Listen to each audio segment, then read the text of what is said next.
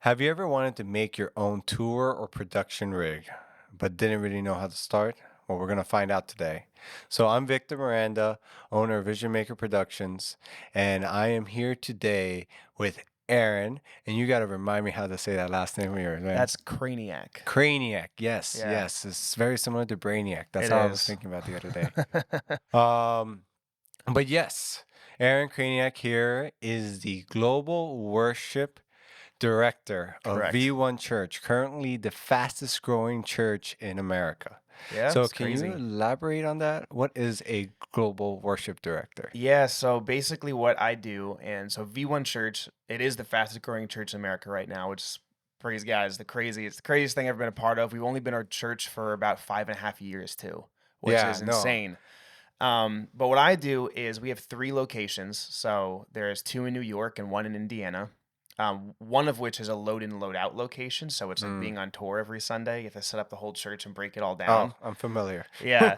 And I'm over all of the worship teams and bands at every location. Okay. So basically what I do is like I make sure that like one, the vision's always kept for where we're going, Hmm. and that like all the bands are properly prepared for our services, and we do 2 to 3 services every Sunday. That's like a Mm. lot of songs, a lot of Yeah. music, a lot And of you time on stage. simulcast between locations Yeah, too, and right? we simulcast, which we can get into simulcasting because we actually do a couple of things that were so different that the company that built the hardware that we use didn't know how to tell us what to do. They're like, no one's done what you're doing before, so like you're kind of on your own. Also familiar with that. Yeah, so but yeah, so I like help lead, and I do a lot of leadership development. So like Yeah. I lead leaders who lead other leaders at different Yeah. Yeah. You're locations, definitely. and that I got there through just, you know, growing in my skill as a Hmm. leader, and being under really good leaders that developed me, and Yeah. just kind of push forward. And now we're writing original music, we're touring, all sorts of stuff. So Oh, right now. I can't wait to see you right by the charts next to Hillsong Elevation Church, and we got V1 yep, right there, that's right? it. That's the goal, right? So, one of the things I'm excited to talk about because it's like you're not only just, managing the worship bands and everything from a director standpoint, from a musician standpoint, because I know you are also a pretty well well-rounded musician and audio engineer I like from that your sometimes. sometimes. Um but also, I'm excited because you're also involved in so much of the production side of Mm. what you guys do at V1. You're involved in the live streaming, like we just mentioned, the simulcasting as well, and about and the thing that I always catch you doing is you're always tinkering on Always, man. something, and Can't that's the stop. thing. But that's the thing. It's like you find these ways to like build these all-in-one systems, these tour Mhm. rigs for be it a live video production, or be it for a band rig, be it for sound for conferences, even, or if it's just for like what a band rig would be. Right. And you really figuring out all these patches. And from my understanding, you didn't really get an education in this. No, No, you really not at all. figured this all out on your own. Yeah. But you built some incredible rigs, and it's things that people, pay thousands of dollars to be made, like insanity. Can you talk a little bit about like um l- what led you to actually dive into that and really were you surprised about how easy it came to figure all that stuff So out? I'll take you back a little bit to Yeah. explain kind of how I got there. So I've always been into music. Like since I was, I think, 14, I've been playing in bands Mm-hmm. and stuff. And I started in the church realm, but then I played in a bunch of hardcore bands around Long Island. I got really into metal, but through all of that, I got really into gear, Mm. music gear. So I was like obsessed with guitars, obsessed with drums. I had like 15 different pedal boards I built over time. And then I started like recording myself. Exactly. Big ones, small ones, All all sorts sorts of of stuff. things. And like with everything in this realm, like there does have to be a level of like I just love it. Yes, of course. Because if you don't love it, you're not going to learn about it. And I learned about the stuff that I really loved, and I loved music.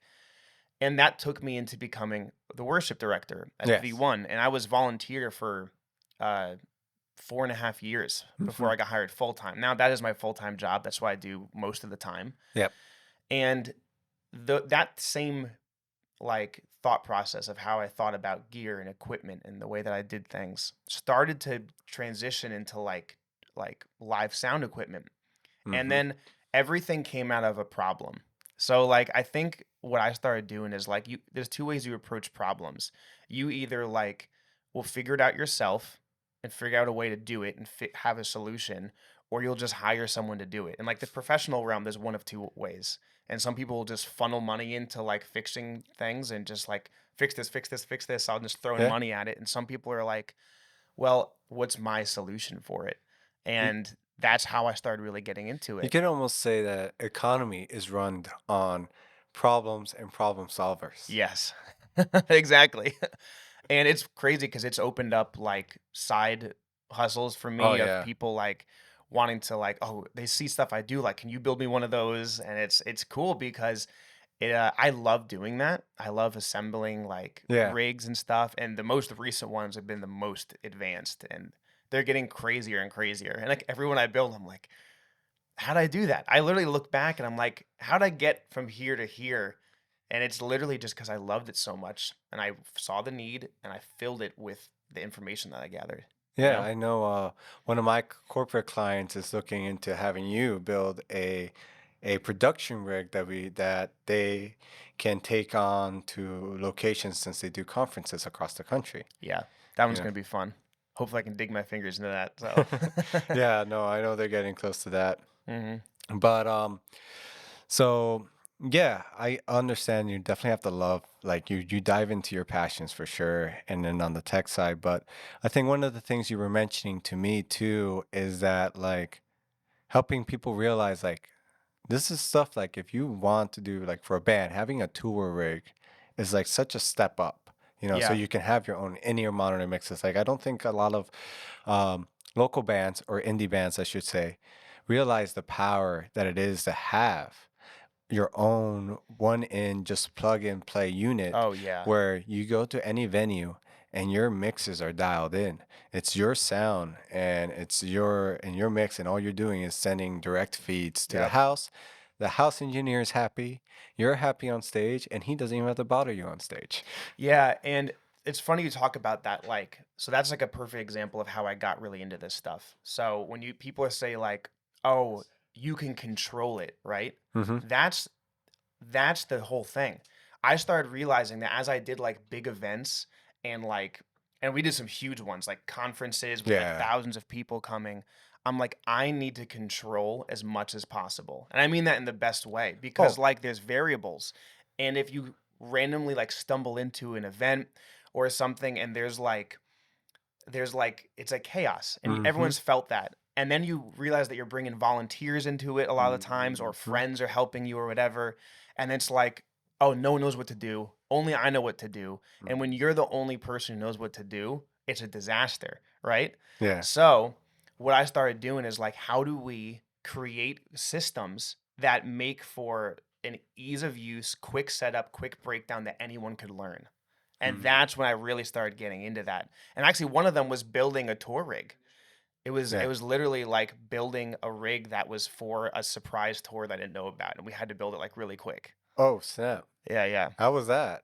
Oh, it was crazy. It was like so we basically so we here we'll go back a second. Yeah. So we went on this thing called Domino Tour, which my pastor planned. It Yes. was like a speaking tour basically, but there Yes. was worship involved in a lot of it, and we're like, "How can we make this happen?" Like what are how are we gonna do it? It was like some of it was East Coast, then we like flew to different locations, and some of it was like acoustic only, some of it was full band, Oh, man. and it was like last minute, like really last minute prep. Because I remember seeing that, like the Domino Tour floor pop up because I follow you guys and Mhm. everything, and you guys had a stacked date list in there, Oh, it was and that crazy. was all just LA, last second. LA, Huntington Beach, Miami, Yeah, Pensacola, Canada, London, East Coast. It was yeah, nuts. So we did the East Coast leg first, and I okay, brought like a big Midas M32 board with like uh just like running cables direct out of the board and a bunch of bins and turbo sound speakers, and it was kind of cobbled together, and it yeah, was so stressful. It was so stressful. I'm like, I guess gotta be a better way. So I talked to my pastor. I'm like, look, let me just build like a smaller condensed version of this that we could even fly with. And that was my goal. Yeah. How do I fly with it? Oh, yeah, I think that would be huge for so many Right? people because I think that's a concern. It's like there's there's this there's this number that airports have. The second you pass this number, your luggage has now gone up a couple $100. Yes. And I did get the overweight charge, Yeah. but it was still so worth it. So Yeah. I created in like a 2-week period a rig that fit in a 6U rack case that can run an entire band multi-tracked with in-ears. There you go. And like I was looking like people weren't really doing it. Yeah. Like they always get like a separate in-ear rig and a separate like mixer rig with like a split in and out and all this different type of stuff. And that is the way to go, but I had to do it quick. Yeah. And like I was like, how do I get there? And I did. It And you was need it to crazy. be easy to install and that like if you couldn't put your hands on it, someone with less knowledge can just quickly handle it. Exactly. So that was like rig number 1 Yeah. that I built, like the first like travel rig that I built, Yeah. right? And it had a headphone amp in it, Presonus 32R rack mount mixer. It Yep. had a router in it. It had one in-ear monitor unit, a wireless one, Mhm. and it had 2 wireless mics like shoved in the back of it, and then Mm. all the cables were internal. So you You had said two this was a 6U a rack. 6U rack, Just to so put in this big. perspective, it's just this big and Yeah. about that big. So I was like, okay, I could fit it. And I got the Personas just because of that, because it was a 2U unit. Mhm. So it was the smallest 32 channel rack mount mixer that exists. So I put it all together. I did all the outs into the headphone amp. So it was hardwired in your mixes, which saved space. It was a 1U rack for 5 mixes, Yeah. right? And then one wireless unit for the in ears for like the lead vocalist, and then 2 speaking mics for the pastor. And then that was like USB out to a laptop, multi-tracked every recording that we had. And so it was crazy. And then I was like setting up, renting speakers, and Man. then like running it from my iPad. And then the iPad had integration to record, and you could like control the recording software from the iPad. Oh, So I would snap. mix, hit record, run it. It was All from crazy. one device. And I was like literally like a 2-week period of time. I had to think about it, build it, order it, Yeah, build and it, that's and also travel with like a it. post-production dream because the Yeah. second you get those multi-tracks back, you can really make things sound so good. And then I've seen the reels that you guys been putting together and the Mm-hmm. video content you've been putting together post the Domino tour. Yeah. And it all sounds crisp. Yep. And it's probably because of It's your all that. multi-track. Yep. Yeah. It's And crazy. and you said something before that I think it's a important point. There is a power and just a level of peace Mm. when you are able to travel with something that is designed for you. Like, I think most bands and even companies that do travel, like conferences, speaking engagements, Yeah. speakers, all sorts of things, they head to a place and they meet a either on-site production company Mm-hmm. or a on-site engineer or or they bring an outsourced production company that they never worked with before or only see like once or twice a year, Yep. you know so and they work with like 1,000 clients. And not to say, because I met so many good real professional people from that space, and I've Yeah. even worked in So have that I. space, but it's like, speaking as an engineer and someone who works in production, you're coming in and you're dealing with someone for the first time. It's like you're trying to figure them out. It's like, Yep. and then there's a peace of mind where you, as the client, you come in and it's like no one's trying to figure you out. You have it already. Yes. It's like what you need, what's particular about you, and that you can just show up and your particulars are taken care of. Yep. And you, like you said, that brought you such a peace of mind, such an ease of use, and also because you have so many people who aren't the most technically trained Oh yeah. working with you, helping you, and you need them to be able to actually be able to tell them, hey, can you hook that up for me, without having to teach them in a whole class in Well, the moment. this even further than that, like Yeah. I flew out to California with this big road case pulling behind me. It was a Pelican case, right? Yeah. And people from like, so we have a big global community at our church. So people that watch online Yeah. only. So those were the people that would meet us and serve with us. And Oh I'd be man. meeting them for the first time, which was incredible. And I'd be like, you're going to help me run tech today. And it was literally like on the beach in Huntington Beach, Yeah. setting up a QSC sound system with a generator and this rack. And like, but like, I was laughing to myself. with like literally like no permit. I was setting up on a pier with like a full in-ear mix and multi-track recording, which is just funny to me. Like I mean, concept I've wise, it been was there. funny. But like teaching people who knew nothing how Yeah. to run a production setup. Yeah, And that was crazy. but it probably helped that you had things so condensed that it was just more of like, I just need this to go from A to B. Yep, And exactly. people can get that. And I've I've dealt with similar situations Hmm. because I'll be at certain with some of these events. They're more charitable organizations, stuff like that. So they'll have a volunteer army. Yep. And it's just people working from good faith and they want to help, but it's like, they don't know what an XLR is. They don't know the mix out from the input, this and that. Yeah, So it does get cumbersome when there's not like a set system and you really need to totally. rebuild the whole Totally. thing. And people are coming to you. You got like five people like, hey, so how can I help? It's like, what can I actually give you that I don't have to teach you? Well, do you want to dig into that a little more, like the volunteer Um, side of it and like how I manage that? Or we can move in a different direction. let's do this. Let's do this because I also want to dive into more about the ease of use of the actual rig, Yeah. the value for it, but no, also just like how to initialize that implementation. Yeah. You know, Okay, let's do that. yeah. So this way, because I definitely want, we understand the value of it. Now I want to know like how do we actually? Okay, great. I get it. It makes sense. I want to have my own sustainable system for if I'm a company that's going out and doing speaking engagement and Mhm. conferences versus, or if I'm a band, I want to go on tour and I want to be set and I want to make sure I got my sound right, Yep. but I'm not the most technical person. So is this actually achievable to me? Where do I get the parts and how do I put it together? So, I did 2 rigs recently. Yeah. One of them was a stage rack, I guess I would call it. So it Yeah. was like everything from the band side, from in-ears to the stage box to the wireless mic to the antenna distribution, right? Okay. Yep. And then the other one is like it was hard to explain because it's such a weird thing I had to build. It was like a pro presenter, which is like Yep. graphics, but also like receiving a simulcast stream, and like a decoder was built into it. So it was like decoding audio and video and spitting that back out with SDI, with a switcher, with a pull out. It was crazy. Oh, a ton of conversion happening to Yeah, optimize for streaming. exactly. So that one was really crazy. So I don't know what to talk about because like the, Well, let's we actually both I think are valuable. mhm. Let's dive into the band one first. Okay, so here was the problem. I've been working in volunteer, do it yourself, band setup, breakdown situations for a long time. And always what you run into is like clutter produces chaos. So I was like, everything was always like no one knew what to do, or they'd be like you open a bin and it was just like a pile of cables, The rat or there nest I would be like a to call. rack and the back of the rack would be nothing would be labeled. It Mm. would be just thrown together because a bunch of changes were made randomly in it, and like only like one guy kind of knew what it was and like why it worked that way, and when stuff was like loose so like a cable could easily be pulled out. Mm-hmm. All of that stuff adds up to stress. Mm-hmm. Always. Always adds up to stress.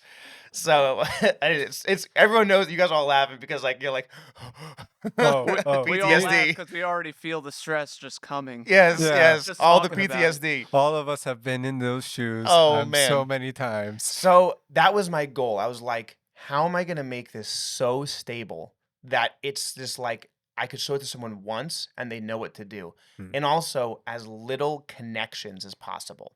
That was my goal. How can I make the fewest connections as possible? So what was the answer? The answer the answer was, to just find out what I needed to accomplish, right? And then how much of it could I fit in one manageable rack, Mm. Mm-hmm. right? So I was like, okay, so we used a with this for this location, it's a Midas M32, right? Mm-hmm. So okay, I want a 32 channel stage box. I want that in my rack. We need 4 microphones. So I need 4 microphones in there. And then we had a full in-ear setup. So I have 2 Sennheiser, the EW500 wireless units Mm-hmm. for in-ears, and then a 5-channel headphone amp with 5 analog headphone outs, which are Mm-hmm. also mixes.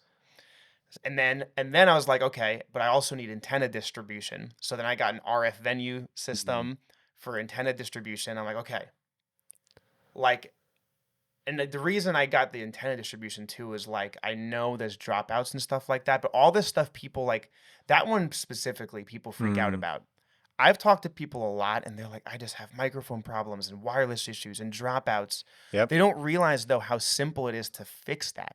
You just don't have a wide enough antenna setup. Yeah. Like it's almost always that. You need to get the one that has like that really separates them, like a Yes. good like almost 12 inches. Yeah, and like so it was all just research because I was like, okay, well, what's antenna distribution look like? I don't know. So I'm like, I knew that. I talked to my guy at Sweetwater, and he was like, all right, the RF venue system is awesome. I'm like, why is it awesome? He's like, well, because not only does it do antenna distribution, but it also powers the microphones. I'm like, it powers them too? I was like, oh Really? snap. Oh, snap. So I was like, I'm done. So I bought that. I bought the stage box. I bought the headphone amp. I bought the wireless units. I bought all the Sennheiser mics. And Yeah. I got one rack. And I tried that rack and it was too small. And I'm like, no, it doesn't make sense. And I'm like, so this is where the questioning came in. Yeah. You start with like a small vision for something. And what I encourage people to do is like shoot higher than you think you need. Because I was like, Yep. this rack case is cheaper. It'll be Yeah. fine doing it this It's way. like that old saying, shoot for the stars and you might just land on the moon. Exactly. Further than you ever thought possible. So that was my thought. So I'm gonna get a better rack. I'm gonna set that up to function properly. And Mhm. then it was just like learning like the process of like what building a rack is. And it's not that complicated. It's just all signal paths. So you just think about what comes in and what comes out. So I start with where it's coming in. Mm-hmm. Where does it need to go? I have the aux outs. These need to Mhm. all get to my wireless units and my headphone amp. And the wireless mics, I know I need to make little short cables instead of big long ones because they could be all internally routed. Yep. And if you're a visual learner like me, I think the best way to like really get signal flow down is a piece of paper. Yep. It's like I got my microphone. Okay, where is this going? In a basic recording setup, you'll be like, okay, well, it's going from microphone to interface. Great. What is my interface connected to? My computer. Exactly. Great. And my computer is what?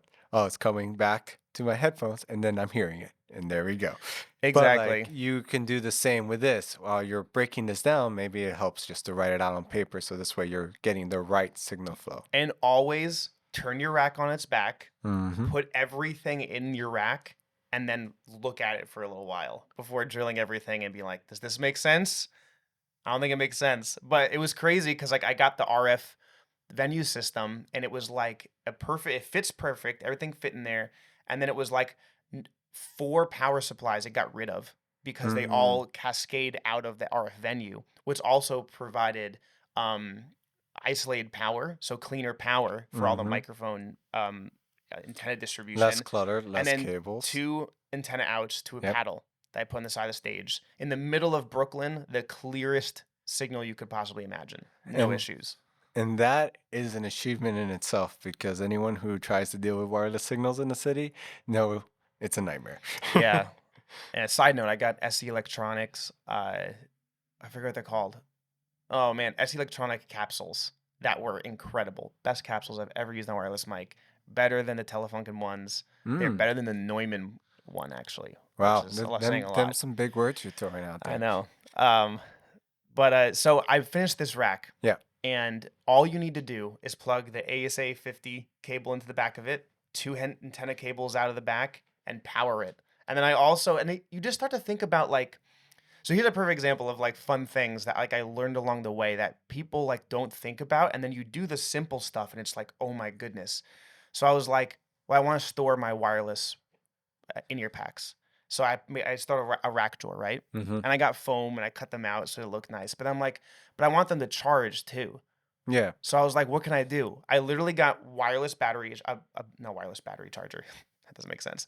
I got a battery charger and I drilled a hole in the back of the drawer, ran the cable through it, put the battery charger in the foam, ran that to the power supply. So the batteries are always charging in the drawer. Yeah. I think two big things I just got from that is, well, one, it really is creative problem solving. Yes. And two, it's like as you're doing it, like you may not be able to conceptualize the whole rig at 1st, Mhm. but you're like, I need these things to happen. okay, to make these things happen, I need these specific things. You start putting them together. Or like, Right. okay, but if I have these specific things in here, now, well, these have batteries. These have multiple. Can I streamline? Do I need all four power supplies? No. Oh, I can Yes. get power this way. Oh, I can charge the batteries in its own case. Oh, these wireless mics. Now I have these loose mics. Well, what if I could just put a drawer in? Yep. You know, this and that, and you kind of build on it, but you wouldn't really build on it until you just go for it. And the Yeah. other thing that I got was that don't be afraid to modify like the cases and stuff, Oh, that's the because I biggest think one. people are like Drill holes in it, they man. don't want to drill holes, they don't want to like tack on nails and like places where Always. there's no nails and stuff like that because they it's like it might disintegrate in my hands. I modify a lot of stuff like Yeah. that. But here's the thing about this, and like some people, you might be listening to this, and like all that may have not sounded interesting to you, right? Yeah, a lot But of. you have a problem still. And Mhm. it's like your problem is like, let me ask all my friends who know this. Maybe someone can do it for me. Maybe someone can figure it out. Or like, and then trust me, there's plenty of companies that do this type of stuff, like BTPA. They're the Yeah. best at it. By the way, BTPA, best integrators for like toy rigs I've ever seen. Gnarly stuff. There's a shout out. But it's truly it is approachable. It's like all you have to look at is like 2 or 3 YouTube videos and it'll Mhm. start making sense to you. And then it's like pricing the equipment out. Mhm. And then you think to yourself like, okay, if I had to rent this stuff, how much it would have cost? Right? Do that. Price out how much it would cost to rent all that stuff for one show. Let's do like a mock setup. Like Okay. say a company, they do regular speaking engagements because Mhm. they like to educate people. They're usually doing medium-sized rooms. Yep. So they're usually dealing with hotel audio. Yes. But they since I they hate have a hotel audio, by the oh, way. me too. Which is why I think it's a great example. Because Yes. so unfortunately, a lot of people can afford to say rent out a production company every time they go or have a full in-house sound system they can tour with. Yep.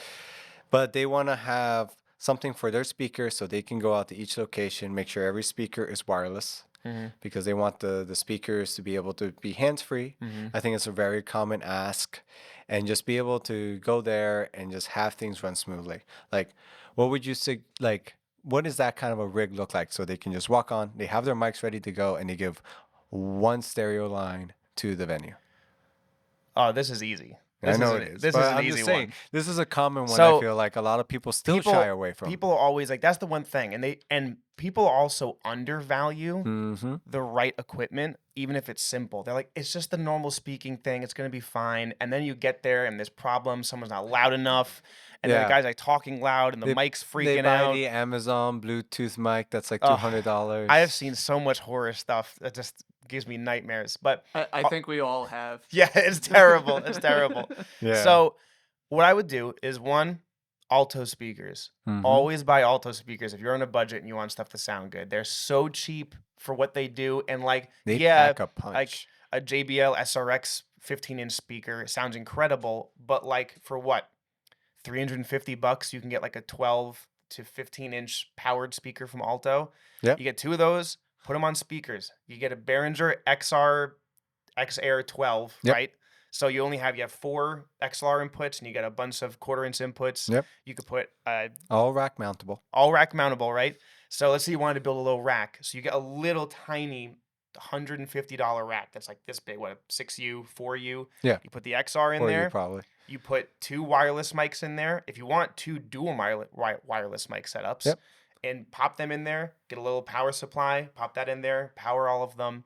Then you have the XR 12, right? The X Air 12. Yeah, the X Air 12. You can control it from your iPad. You Mhm. have the microphone inputs Or your cell phone actually. or your cell phone. You can put little aux input into it for music. Yep. And then those go right to the speakers. You And can you're even done. buy a little Bluetooth receiver, so now Yep. it's a Bluetooth speaker for you. Right. And Yeah. that's like what? Let's do a quick math. This is Quick a math. quick little budget. So you got the X Air Yep. 12. That's about 600, Less. 500, You can have 450 used. 450 use there. Okay, so we're at 450. Yep. Then you Then- add let's say two Shure BLX units. Yep. So they're like, what are they like? 200 Yeah. for the dual. Yeah. Yeah, so that's another 400. So now we're at 850. Right. And then you get like, let's say a rack to put it in, $150. Okay, so now we're at, where was he? 850, 950, 1,000. right? Okay, then we get, let's say, $600 for speakers. Okay, so now That's we're at 16. 1,600. And then we get the maybe a Furman for Yep, power, 100 so just bucks, one power cable. 1,700, and then like cables, stands, you get about 2 grand. Let's say about $2,000. Yeah. You probably be there, and you can have a fully functioning system that you don't have to rent from people. It sounds great. You can use it at weddings. You can use it at parties. Yeah, and the Everything. thing is that you have something you can take to you now on a regular basis to any place Mm-hmm. that That where fits you in like a Corolla, by the way. yep, and you can fly with, by the way. Mhm. That's something that size you can fly with. And that's the same price that you would probably spend for a cheap production company for one Way night. cheap. Like a really like cheap someone helping you And out. like the sky is truly the limit. If you Yeah. want like analog faders, you can get ones that have like USB recording. You can do like all sorts of stuff. And like that's like the secret to it though, is like Mhm. for the price of a basic production company, you can have a rig that you can fly with for speaking engagements, for Yep. parties, for however you want to do that. And that's a big win. Yep. And then it's one that you intimately know. So troubleshooting that. Mm-hmm. It's like because it's I for anyone who's actually experienced it, it is really frustrating when things start to go wrong and it's Mhm. not your fault or in your control. Yeah, But yeah, since you're the one on stage, everyone's looking at you, absolutely. you know? Totally. I love building those type of things. I've done that in so many different iterations, like Yeah. different levels of it. And then you could just apply that. So that's a simple example, but you apply the same logic to as technical or as untechnical you want. Like in a band, all you're thinking is like the same thing, but you're just putting in-ear monitor racks. You could still do the mixer, the Furman. It's almost the same exact deal and your wireless mic units. And now you're just including in-ears. Exactly. And you can, with something like the X Air, you can preset all the channels. You can even hire someone for one day just to preset everything for you if that's not something that you know you don't want to dive into. Mhm. But it's very Like easy me. enough to save all the settings. Yeah, or me. Yeah, yeah. Hire one of us. We'll do it for you. No problem. Yeah. For a small fee. I also love how that whole thing went down, and yet you started that with the challenge towards him, and you basically cheated and helped him with his answer, just for the record. Very true. Well, I'm very much an advocate of life is an open book test. Yes. Absolutely. I mean, real life is all about cheating. Boy, that would have helped on my Regents exam. Yeah, that's another rabbit hole. Yeah. So I love doing these type of builds and stuff like that, but it's like one of those things is like it for me it always ended up being about people.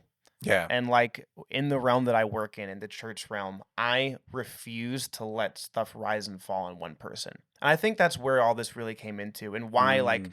as a church, and so if you're a leader at a church, why we invested so much money into this Mm-hmm. is like how can I build a system that I can teach to a volunteer team that will Mm-hmm. run it and I don't have to be there anymore. You take very complicated things and you make them very simple. Yeah. And that's like that's everything to me. And see that like really hits because it's like for me, and I think a lot of people, it's not just us, that more often than not, one technical person, especially like how it was in the day, would set up an entire system. Eventually, that person moves on for whatever the reason is, and the place, the church, the company, whatever it Always. is, the venue is left with the system that is far beyond the knowledge of anyone who's currently This is there a tale as old as time. as all this time. And then the next person, unfortunately, has to come in and dissect Yep. what has been originally done. Because the thing in production, and I think anyone would agree, is that Mhm. production setups are so intricately customizable that there is Oh, literally yeah. there's 100,000 ways to do anything. Yeah, it's almost too much. It's like it's too customizable because it's like you could walk in and you could literally have 10 plus years of experience Mhm. and see a setup that works and have no idea why it's working. Yep. And you're like, this makes no sense to me Yeah. because it's that, and unfortunately, but the thing is, like you said, it's bringing it down where like nowadays there's ways to really do things where it's like a single step thing. And I think we'll end on this last story because I remember you telling me this, and I think it personifies this fact so well. And because so the story was you told me when you came into this location, they were running separate mixers Oh, this is my favorite story. at multiple locations Yeah. for their setup when it really could have been done by one. But I'll let you now expand on the Oh man. story. Tell it. You All tell it right, great. you audio freaks. This is gonna give you like a panic attack. So we're doing this huge event. And it was one of those things like every once in a while I'll just like flex a little bit. And by flexing, I mean like take over everything. So my pastor got asked to speak at like a really large event in the city. It was called Saturate NYC. Mhm. And my worship team was asked to be the worship team for it. So Okay. I'm like, awesome. Like, let me know all the tech stuff that's happening. And they're like, not telling me anything. I'm like, we need it. Like, just so you know, like we have in-ears and like we kind of need in-ears. And he's like, okay, I'll talk to the tech guy there. Like weeks go by, nothing. And then like a week before the event, we get on a call like with the production guy. And it's like a giant Catholic church, right? Okay. But like they have modern equipment. They have like line arrays and stuff, which is cool. Okay. But the guy's like, yeah, I'm not gonna be there. Oh, I'm like, what do you mean you're not gonna be there? And he's like, yeah, no, it's just not gonna work out. And like the guy who putting the event on, he's sitting there like this, like looking at me. I'm like, like it's oh news. no. I'm like, cause he hired this guy to be there. Oh. So we get off the phone and I immediately call the guys putting the event on. I'm like, hey, please let me run sound for this event. And he's like, please run sound for this event. So I show up there with this rig that I built, which is like, that's another beauty about this stuff is like you build it and you end up having so many more uses for it than you thought. Mm-hmm.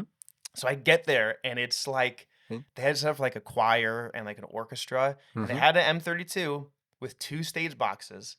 And then those stage boxes fed at least 7 analog mixers, like Harbinger mixers, right? And all of those were feeding little monitors that would like shoot audio at like random places. I'm like, this is the craziest thing I've ever seen. And they had like a live stream setup, which was just like weird little like So, Amazon cameras, like in random spots. I'm like with cables everywhere. I'm like, what is going on? so This is you have crazy you have talk. just signal going into mixers, into mixers, And into just mixers, into mixers mountains of cables. with different gain Mountains. stages and So I'm like, okay, how do I fix this? I'm like, give me 2 outputs out of your stage box into my mixer and I will run it. He's like, but we have a live stream mix. I'm like, don't worry about it. I'll fix it. So what I literally did was I had 2 outputs coming from their mix, which went into like these huge speakers. I'm like, just leave it at this volume and don't touch it. Into my board, right? Which yeah, is yeah. my rack mount thing. This ran all my in-ears, Mhm. multi-track recording, which by the way, the sound, it was a giant cathedral. So it was like crazy good audio Yeah, captures. yeah, yeah. And then they're like, well, we have a live stream. I'm like, easy. And this is where you just think about stuff a little bit like critically. I'm like, Mhm. okay, how are you getting live stream audio? I was like, well, we're taking these 2 channels, which was just a main mix Yeah, of their board, yeah. into a computer that was streaming to Facebook, right? I'm like, Okay. okay. Well, then I'll send you 2 more channels out of aux outputs on my board. Yep, They're like, what do and you mean? I'm like, take these 2 aux outputs, so like a monitor output, right? yeah, yeah, So yeah, like same thing that would go to a stage wedge because you think I need a separate mix. That's what yeah, my mind was telling me. yeah, So like I take these 2 mixes from an aux output, yep. I send it there, then I have another person get on another iPad and mix the live stream from a monitor Mhm. output. So you have a live stream engineer just like that.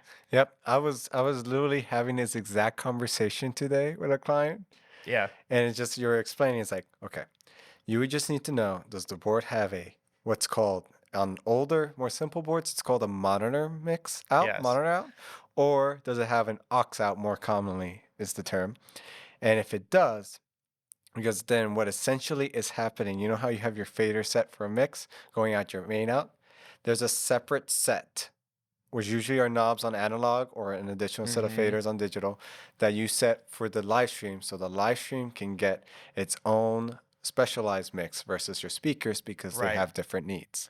And that was the coolest thing was like I was able to last minute like figure out like Yeah. because of this rig that I put together, run a whole show from an iPad and Yep. then also a separate live stream mix, custom live stream mix, a Yeah. multi-track live stream mix. Yep. Like with every single thing, all the drums, vocals you could mix Yeah. and it was one 6U rat case. Yeah, Still doing it. and if you really had to do it, you could do it yourself. I remember Yep. having to do that where I would have a headphone for the live stream mix in Yep. one ear, and I'm just switching between both. Bro, I've done it where because we run tracks too, Yeah. where I have an iPad set up and then an iPad set up, and I'm playing drums, and I'm the music director, right? So I have a microphone, a talkback mic to my band, an iPad for running sound while I was playing drums, and then running tracks at the same time. I was just like, like trying to figure it out, you know. Talk about spinning And plates. Yeah, you win the multitasking but here. That's I guess to close this out, yeah. like stop looking at challenges as just like insurmountable things. Yeah. Like you always can figure it out. Yeah. If you want to figure it out, you can figure it out. And Yeah. like I just never took no for an answer. I'm like, we're gonna make it happen. I Yeah. did. And that's the thing. It's like realize like just break it down. Thinking because something is technical doesn't make it really super scary. This fear of the unknown, of course, but Mhm. really it's just you say, what's my problem? Oh, my problem is I keep running into mic issues and I can never hear things properly or whatever Yep. it is, and depending on your case. So what do I need to fix that? Well, I need something to hear through, or I need something to speak into, and then I need something where I can control it. And Yeah. then you break it down and you see what are those products and what's recommended. Do a little research, and then you'll notice that probably the price of everything you're thinking of is way below when you look at what it is to get it built for you. Yep. And then if you want to take on that, because that makes it so much more accessible for churches. So many churches are much Oh, lower budget yeah. here. So much accessible And for dude, small the businesses, companies companies. that do integration for churches, Oh, like, and they say we're Christian companies, bro. They are savages. Like yeah. the prices that Give a low ball amount for those companies, real quick. okay, one church company. I'm not gonna name the name. Yeah, no. Did a build out for a church, right? Yep. And it was like a full build out, Yeah. right? So lighting, Okay, great. Yeah. audio, like all that type of stuff, and it Yeah. was for mobile. So they built it all in the cases that Oh, travel. okay. So yeah, basically what we're talking Yeah, about. and they literally everything had like a placard on it with like what to do. It was, Yeah, they're yeah. very advanced and very organized, but it was $400,000 for a setup that was just an X32 and some normal speakers and some normal lighting. Yeah, something that's way less than 10,000. Yeah, no, it was. I mean, there was some expensive stuff. I would say it was Okay. probably $100K. You could probably gear. 100K of stuff, but then you pay $300 to have someone put it together for you. Yes, So exactly my point. So, and it's funny, like, and I think is another important thing, and like, I know, like, as like a techie, you don't think about stuff like this, but Yeah. surround yourself with people that push you. It's yeah, really stretch you, important. as I like to say. Yeah, because like if anybody like goes to V1 Church and they meet Mike Signorelli, who's a lead pastor, like he pushes people, and he's pushed me to like believe Yep. that like anything is possible. Yep. Like I knew nothing about simulcasting and like high end broadcasting, where we're like broadcasting to other locations with like clicks going to other locations. Which we're Yep. still looking at that because that was a crazy thing. Yeah. But I now run that and build rigs for it, and Yep. 2 churches are about to hire me to build ones. That There was a you go. year ago. I knew nothing. Yeah, and also with each rig that you built for yourself, you can also rent that out, and now you have a Yeah. service you can rent out, so you can monetize that. Sometimes you're one step away from being as good as a professional. Exactly. If anything, some people would argue you are, in that sense. But yeah, no, to wrap up though, I think really like the point is that there is such a value in creating your own rig and optimizing it instead of dealing with all the individual parts and this and that. And it's really so much more accessible because when you get the quotes from these companies are in the tens of thousands, hundreds of thousands of dollars, it's obviously very defeating for most small businesses, small churches and stuff like that. But when you realize it, you can really like what we just did. You could really break it down to like $1,000, $2,000, $3,000, $4,000, $5,000, depending on your needs. So, and it's just really more of a not looking at it as an intimidation factor, but more as a problem to solve. Yeah, And just breaking it down step by step. absolutely. And you might find yourself like me, ending up having like almost a career in it. Yeah. You know, I started out mixing like for bands and like doing recording studio stuff, and I started doing this, and people liked it, and they're like, "Can I Yeah. hire you to build this?" And it's like, yeah, and then I can now build it for cheaper than competitors would. Yeah, because it's and a getting the same very results. monetizable skill. Exactly. Yeah. Okay. Well, dude, it was such a pleasure having you. Thank I you for having mean, me, man. I need to dissect your brain more in the future, so hopefully we'll have you back. But yeah, thanks for tuning into Vision Maker Podcast, and we'll catch you around.